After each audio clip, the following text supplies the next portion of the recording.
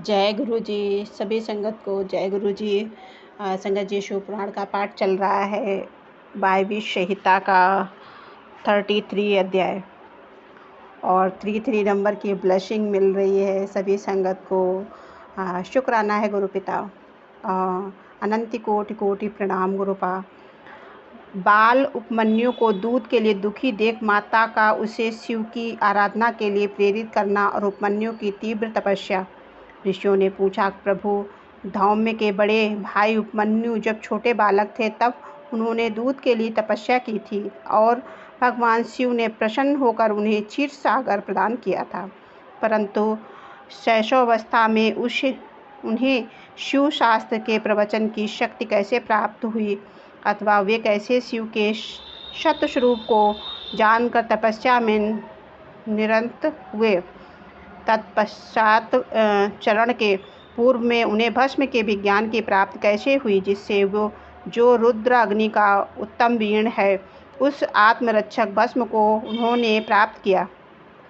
वायु देवता ने कहा कि महर्षियों, जिन्होंने वह तपस्या की थी वे उपमन्यु कौन साधारण बालक नहीं थे। परम बुद्धिमान मुनिवर व्याघ्रपाद के पुत्र थे। उन्हें जन्म जन्मांतर में ही सिद्धि प्राप्त हो चुकी थी, परंतु किसी कारणवश वे अपने पद से च्युत हो गए, योग भ्रष्ट हो गए। अतः भाग्यवश जन्म लेकर वे मुनि कुमार हुए। एक समय की बात है, अपने मामा के आश्रम में उन्हें पीने के लिए बहुत थोड़ा दूध मिला। उनके मामा का बेटा अपनी इच्छा के अनुसार गरम गरम उत्तम दूध पीकर उनके सामने खड़ा था। माँ तुल पुत्र को इस अवस्था में देखकर व्याघ्रपाद कुमार उपमन्यु के मन में ईर्ष्या हुई और वे अपनी माँ के पास जाकर बड़े प्रेम से बोले, माता महाभागे तपस्विनी, मुझे अत्यंत स्वादिष्ट गरम गरम गाय का दूध दो, मैं थोड़ा सा नहीं पीऊँगा। बेटे की यह बात सुनकर व्याघ्रपाद की पत्नी तपस्विनी माता के मन में उस समय बड़ा दुख हुआ। उसने पुत्र को बड़े आदर के साथ छाती से लगा लिया और प्रेम पूर्वक लाड़ प्यार से करके अपनी निर्धनता का स्मरण हो जाने से वह दुखी हो विलाप करने लगे। महातेजस्वी बालक उपमन्यु बारंबार दूध को याद करके रोते हुए माता से कहने लगे कि माँ, दूध दो।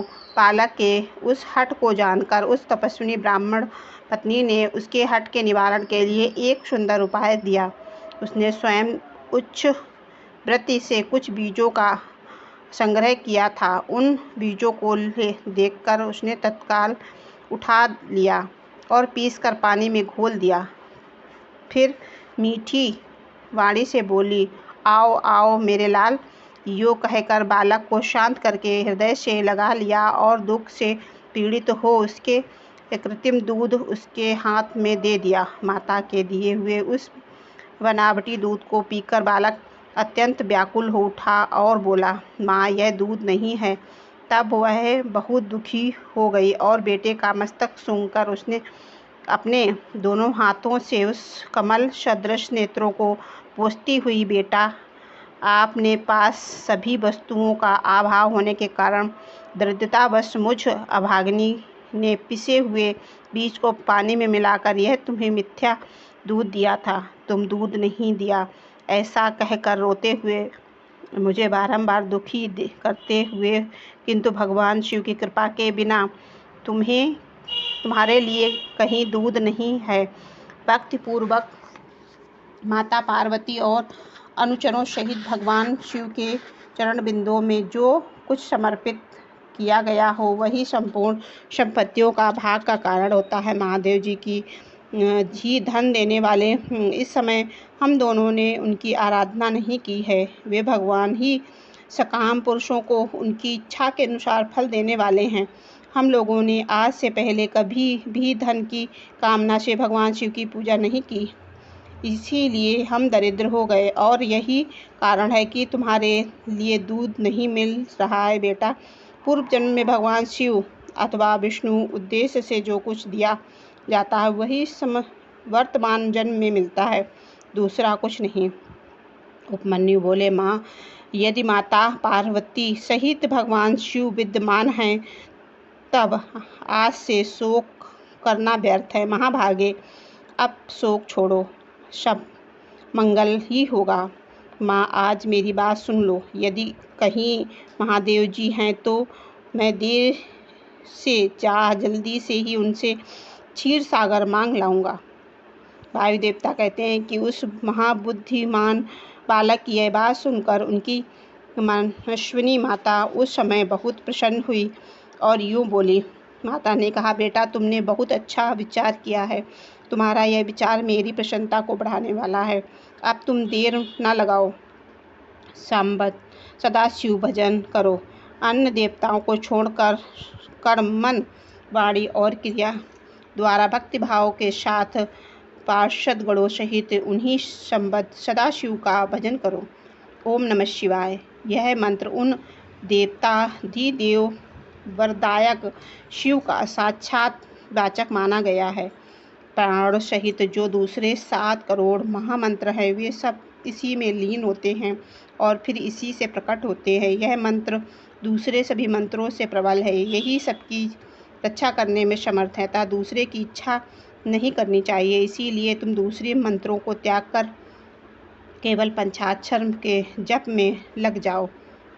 इस मंत्र के जीवा पर आते ही यहाँ कुछ भी दुर्लभ नहीं रह जाता है। यह उत्तम भस्म जिसे मैंने तुम्हारे पिता से ही प्राप्त किया है, यह विरजा होम की अग्नि से सिद्ध हुआ है, अतः बड़ी से बड़ी आपत्तियों का निवारण करने वाला है। मैंने उन्हें तुम्हें पंचाक्षर मंत्र बताया है, उसको मेरी आज्ञा से ग्रहण करो। इसके जप से ही शीघ्र तुम्हारी रक्षा होगी। वायु देवता कहते हैं, इस प्रकार आज्ञा देकर और तुम्हारा कल्याण हो, ऐसा कहकर माता ने पुत्र को विदा किया।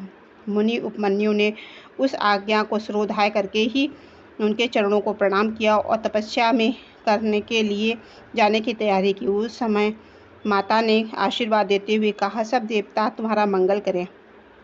माता की आज्ञा पाकर उस बालक को दुष्कर तपस्या आरंभ की। हिमालय पर्वत के एक शिखर पर जाकर उपमन्यु एकाग्रचित्त हो केवल वायु पीकर रहने लगे। उन्होंने 8 ईंटों का एक मंदिर बनाकर उसमें मिट्टी के शिवलिंग की स्थापना की। उसमें माता पार्वती और गणों सहित अविनाशी महादेव जी की आह्वान करके भक्तिभाव से पंचाक्षर मंत्र द्वारा ही बन के पत्र, पुष्प आदि उपचारों से उनकी पूजा करते हुए वे चिरकाल तक उत्तम तपस्या में लगे रहे।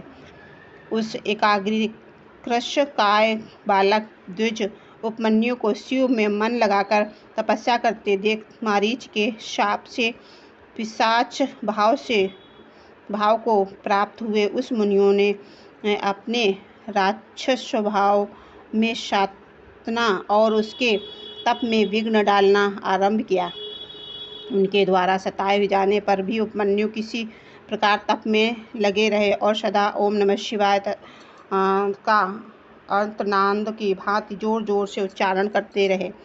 उन शब्द को सुनते ही उनकी तपस्या में विघ्न डालने वाले वे मुनि उन बालक को सताना छोड़कर उसकी सेवा करने लगे। ब्राह्मण बालक तप महात्मा उपमन्यु की उस तपस्या से संपूर्ण चराचर जगत प्रदीप्त एवं संतप्त हो उठा।